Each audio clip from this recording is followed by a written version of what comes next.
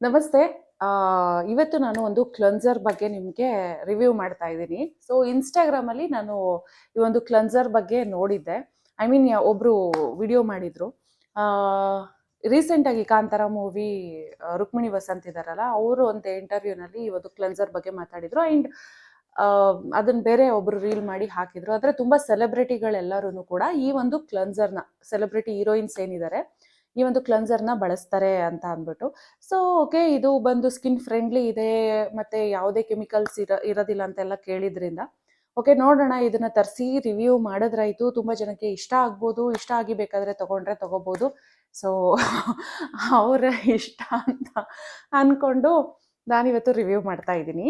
And ಈ ಪ್ರಾಡಕ್ಟನ್ನ ಇನ್ನೊಂದೇನಪ್ಪ ಅಂತಂದರೆ, ನಾನು ಆರ್ಡರ್ ಮಾಡಿ 1 ತಿಂಗಳು ವೆಯ್ಟ್ ಮಾಡಿ ಆಮೇಲೆ ನನಗೆ ಈ ಪ್ರಾಡಕ್ಟ್ ಸಿಕ್ಕಿದ್ದು. ಮಧ್ಯದಲ್ಲಿ ಈ ಥರ ಬಂದು ಡಿಸ್ಟ್ರಾಕ್ಟ್ ಮಾಡ್ತಾ ಇರ್ತಾರೆ. ಸೊ ಪ್ಲೀಸ್, ಐ ಇಲ್ಲಿ ಇಲ್ಲಿ ಅಲ್ಲಿ ಅಲ್ಲಿ ನೋಡೋಗಿ ಆ ಕಡೆ ನೋಡಿ, ಅಲ್ಲಿ ನಾನು ಕಾಣಿಸ್ತಾ ಇದ್ದೀನ, ಓಡಿ ಓಡಿ. ಸೊ ಪ್ಲೀಸ್ ಸ್ವಲ್ಪ ಕೋಪ್ರೇಟ್ ಮಾಡಿ. ಅಲ್ಲಿ ಆ ಕಡೆ. ಓಕೆ, ಯಾವುದಪ್ಪ ಅಂತ ಅಂದರೆ ಜಾಸ್ತಿ ಡ್ರ್ಯಾಗ್ ಮಾಡೋಕ್ಕೆ ಹೋಗೋದಿಲ್ಲ. ಈ ಪ್ರಾಡಕ್ಟನ್ನು ನಾನು ಆರ್ಡರ್ ಮಾಡಿ ಸುಮಾರು 1 ತಿಂಗಳಾದ್ಮೇಲೆ ನನಗೆ ಸಿಕ್ತು. ಹೊಗೆ ದುಡ್ಡು ಹೋಯ್ತು, ಯಾವುದೋ ಫೇಕ್ ವೆಬ್ಸೈಟಲ್ಲಿ ಮಾಡಿಬಿಟ್ಟಿದ್ದೀನಿ, ದುಡ್ಡು ಹೊಗೆ ಹಾಕೊಳ್ತು ಅಂತ ಅಂದ್ಕೊಂಡೆ. ದುಡ್ಡು ನಾನು ಪೇ ಮಾಡಿದ್ದು ₹750 ಏನೋ. ಇದ್ರ ಮೇಲೆ 762 ಏನೋ ಇದೆ. ಇದ್ರ ಮೇಲೆ ಪ್ರೈಸ್ ಬಂದು 2 ಇಯರ್ಸ್ ನೀವು ಎಕ್ಸ್ಪೈರಿ ಡೇಟ್ ಇರುತ್ತೆ ಇದು. ಆ್ಯಂಡ್ ಮೋಸ್ಟ್ ಇಂಪಾರ್ಟೆಂಟ್, ನಾನು ತರಿಸೋದಕ್ಕೆ ಅಂದರೆ ವೆಬ್ಸೈಟಲ್ಲಿ ಅವ್ರದ್ದು ಹೋಗಿ ಚೆಕ್ ಮಾಡಿದಾಗ ಕಾರಣ ಏನಪ್ಪ ಅಂತಂದರೆ, ನಾನು ತರಿಸೋದಕ್ಕೆ ಇದರಲ್ಲಿ ನೋ ಫ್ರಾಗ್ರೆನ್ಸ್, ಎಸೆನ್ಷಿಯಲ್ ಆಯಿಲ್ ಇರ್ಬೋದು, ಸಿಂಥೆಟಿಕ್ ಇರ್ಬೋದು, ಪ್ಯಾರಾಬೀನ್ ಇರ್ಬೋದು, ಮತ್ತು ಸಿಲಿಕಾನ್ ಇರ್ಬೋದು, SLS ಇರ್ಬೋದು, ಪ್ಯಾಥಲೇಟ್ ಇರ್ಬೋದು. ಅಂದರೆ ಸ್ಕಿನ್ಗೆ ಹಾರ್ಮ್ಫುಲ್ ಆಗುವಂತಹ ಕೆಮಿಕಲ್ಸ್ ಏನೇನೆಲ್ಲ ಇರುತ್ತೆ ಅದು ಯಾವುದೂ ಇಲ್ಲ. ಸೊ ಇದು ಟ್ರಾನ್ಸ್ಪರೆಂಟ್ ಮತ್ತು ಸ್ಕಿನ್ ಫ್ರೆಂಡ್ಲಿ ನೋಕ್ಸಿ. ಎಸ್, ಇದು ಎಲ್ಲ ಸ್ಕಿನ್ ಟೈಪ್ ಅವ್ರಿಗೂ ಅಂತ ಅಂದ್ಬಿಟ್ಟು ಇತ್ತು ಇದರಲ್ಲಿ. ಬಟ್ ನಾನು ತರಿಸಿ ಸುಮಾರು ಒಂದು ವಾರ ನಾನು ಉಪಯೋಗಿಸಿದೆ. ನನ್ನ ಸ್ಕಿನ್ ಬಂದು ನಾರ್ಮಲ್ ಸ್ಕಿನ್ ಆಯಿತಾ.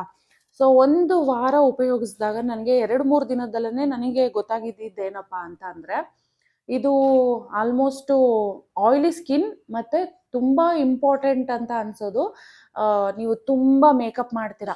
ಅದೇ ಹೇಳಿದ್ನಲ್ಲ, ಈ ಸೆಲೆಬ್ರಿಟಿಗಳು ಅವರು ಪ್ರತಿದಿನ ಮೇಕಪ್ ನಲ್ಲಿ ಇರ್ತಾರೆ. ಸೊ ಅವ್ರಿಗೆ ಒಂದು ಸತಿ ಫೇಸ್ ವಾಶ್ ಮಾಡಿದ್ರೆ ಆಲ್ಮೋಸ್ಟ್ ಫೇಸ್ಗೆ ಅಪ್ಲೈ ಮಾಡಿರುವಂಥ ಮೇಕಪ್ ಎಲ್ಲವೂ ಕ್ಲಿಯರ್ ಆಗಬೇಕು. ಸೊ ಇದರಲ್ಲೇ ನೀವು ನೋಡ್ಬೋದು, double cleansing effects in a single wash ಅಂತ ಅಂದ್ಬಿಟ್ಟು ಇದೆ. ಸೊ ಅಂದರೆ 1 ಸತಿ ಫೇಸ್ ವಾಶ್ ಮಾಡಿದ್ರೆ ನೀವು 2 ಸತಿ ಮತ್ತೆ ಇನ್ನೊಂದು ಸತಿ ತಗೊಂಡು ಫೇಸ್ ವಾಶ್ ಮಾಡ್ಕೊಳ್ಬೇಕು, ಫೇಸ್ ವಾಶ್ನ ಅಥವಾ ಸೋಪ್ನ ತಗೊಂಡು ಉಪಯೋಗಿಸ್ಬೇಕು ಅಂತ ಅನ್ನೋವಂಥ ತಾಪತ್ರೆ ಇರೋದಿಲ್ಲ. ತುಂಬ ಡೀಪಾಗಿ ಕ್ಲೆನ್ಸ್ ಆಗುತ್ತೆ.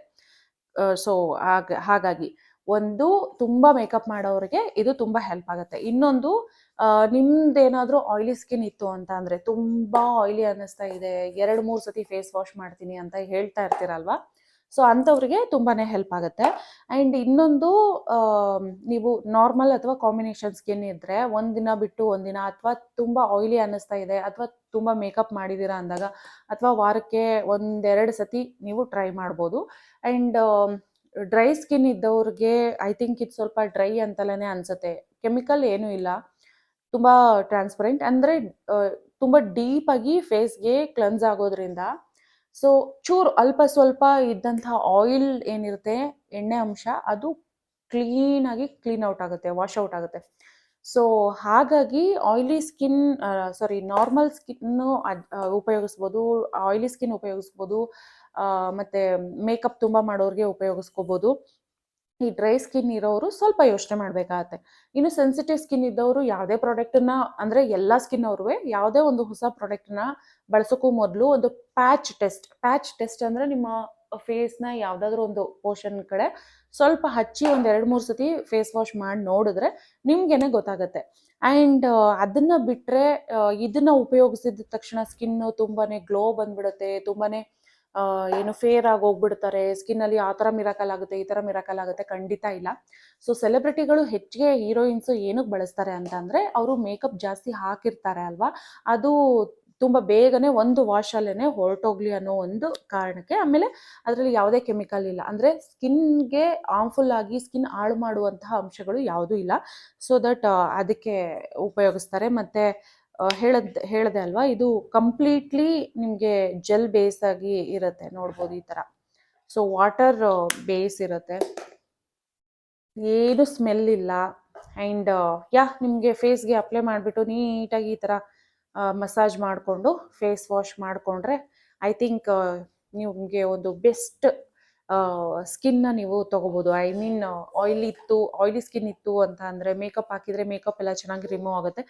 ಸೊ ಅವರು ಪ್ರತಿದಿನ ಮೇಕಪ್ ಹಾಕೋದ್ರಿಂದ ನೀಟಾಗಿ ಮೇಕಪ್ ರಿಮೂವ್ ಆಗಲಿಲ್ಲ ಅಂತ ಅಂದರೆ ಸ್ಕಿನ್ ಇಶ್ಯೂಸ್ ಸ್ಟಾರ್ಟ್ ಆಗುತ್ತೆ. ಸ್ಕಿನ್ ಪ್ರಾಬ್ಲಮ್ ಏನಪ್ಪ ಅಂತ ಅಂದರೆ ಪಿಂಪಲ್ಸ್ ಇರ್ಬೋದು, ಅಥವಾ ಸ್ಕಿನ್ ಡಲ್ ಅಂತ ಅನ್ಸೋದಿರ್ಬೋದು, ಈ ಥರ ಎಲ್ಲ ಪ್ರಾಬ್ಲಮ್ ಆಗುತ್ತೆ. ಹಾಗಾಗಿ ಒಂದು ಬೆಸ್ಟ್ ಕ್ಲೆನ್ಸರ್ನ ಉಪಯೋಗಿಸಿದಾಗ ಸೊ ಅವ್ರಿಗೆ ಆ ಥರ ಎಲ್ಲ ಪ್ರಾಬ್ಲಮ್ ಆಗೋದಿಲ್ಲ, ಸ್ಕಿನ್ ಹೆಲ್ತಿಯಾಗಿ ಇರುತ್ತೆ. ಆ್ಯಂಡ್ ಅಫ್ಕೋರ್ಸ್ ಈಗ ಒಂದು ಒಳ್ಳೆ ಪ್ರಾಡಕ್ಟ್ನ ನಾವು ರೆಗ್ಯುಲರ್ ಆಗಿ ಬಳಸ್ತಾ ಸ್ಕಿನ್ನಲ್ಲಿ ಒಂದಷ್ಟು ಚೇಂಜಸ್ ಆಗ್ಬೋದು. ಆದರೆ ಕಂಪ್ಲೀಟಾಗಿ ಸ್ಕಿನ್ ಫೇರ್ ಆಗುತ್ತೆ, ಸ್ಕಿನ್ ಮತ್ತೊಂದು ಥರ ಆಗುತ್ತೆ, ಆ ಥರ ಇಲ್ಲ. ಸೊ ನೀವು ಬೈ ಮಾಡಬೇಕಂತ ಅಂದರೆ ನಾನು ಲಿಂಕನ್ನು ಡಿಸ್ಕ್ರಿಪ್ಷನಲ್ಲಿ ಹಾಕಿರ್ತೀನಿ. ತುಂಬ ವೆಯ್ಟಿಂಗ್ ಪೀರಿಯಡ್ಸ್ ಇರುತ್ತೆ, ಅದೇನು ಅಷ್ಟು ಡಿಮ್ಯಾಂಡ್ ಇದೆಯೋ ನನಗೆ ಗೊತ್ತಿಲ್ಲ. ನಾನು ಬುಕ್ ಮಾಡಿ ಆರ್ಡರ್ ಮಾಡಿ 1 ತಿಂಗಳಿಗೆ ನನಗೆ ಈ ಪ್ರಾಡಕ್ಟ್ ಸಿಕ್ಕಿದ್ದು. ಸೊ ಹಾಗಾಗಿ ನೀವೇನಾದರೂ ಟ್ರೈ ಮಾಡೋದಾದರೆ ನೋಡಿ, ಅಥವಾ ಅಮೆಝಾನು, ಫ್ಲಿಪ್ಕಾರ್ಟು ಎಲ್ಲಾದ್ರೂ ಇದು ಅವೈಲೇಬಲ್ ಇದೆ ಅಂತಂದರೆ ಪ್ರಾಡಕ್ಟನ್ನು ಟ್ಯಾಗ್ ಮಾಡಿರ್ತೀನಿ, ವಿಡಿಯೋ ಮೇಲೆ ಬರುತ್ತೆ, ನೋಡ್ಬೋದು. 1-2 ವರ್ಷ ನೀವು ಆರಾಮಾಗಿ ಇಟ್ಕೋಬೋದು, ಆರಾಮಾಗಿ ಉಪಯೋಗಿಸ್ಬೋದು. ಅಥವಾ ಮೇಕಪ್ ಹೆವಿ ಮಾಡ್ತಾ ಇರ್ತೀರಾ ಅಂತ ಅಂದಾಗ, ಸೊ ಅಥವಾ ಫಂಕ್ಷನ್ಸ್ಗೆ ಮೇಕಪ್ ಮಾಡ್ತೀರಾ ಅಂತಂದಾಗ ಅವಾಗ ಉಪಯೋಗಿಸ್ಕೊಳ್ಳೋದಕ್ಕೆ, ಅಥವಾ ವೀಕ್ಲಿ ಅಥವಾ ಮಂತ್ಲಿ ಉಪಯೋಗಿಸೋದಕ್ಕೆ, 1-2-3 ಸತಿ ಉಪಯೋಗಿಸೋದಕ್ಕೆ ಅಂತ ಅಂದ್ಕೊಂಡು ನೀವು ತಗೋಬೋದು. ಈ ಪ್ರಾಡಕ್ಟ್ ನನಗೆ ಓವರ್ ಆಲ್ ಏನಪ್ಪ ಅಂತ ಅಂದರೆ ವರ್ತ್ ಅಂತ ಅನಿಸ್ತು. ಯಾಕೆಂದರೆ ಒಂದು ಬೆಸ್ಟ್ ಪ್ರಾಡಕ್ಟ್ ಅಂತ ಅಂದಾಗ ಸ್ವಲ್ಪ ಪ್ರೈಸು ಕೂಡ ವೇರಿಯೇಷನ್ ಇರುತ್ತೆ, ಸ್ವಲ್ಪ ಕಾಸ್ಟು ಕೂಡ ಜಾಸ್ತಿ ಇರುತ್ತೆ.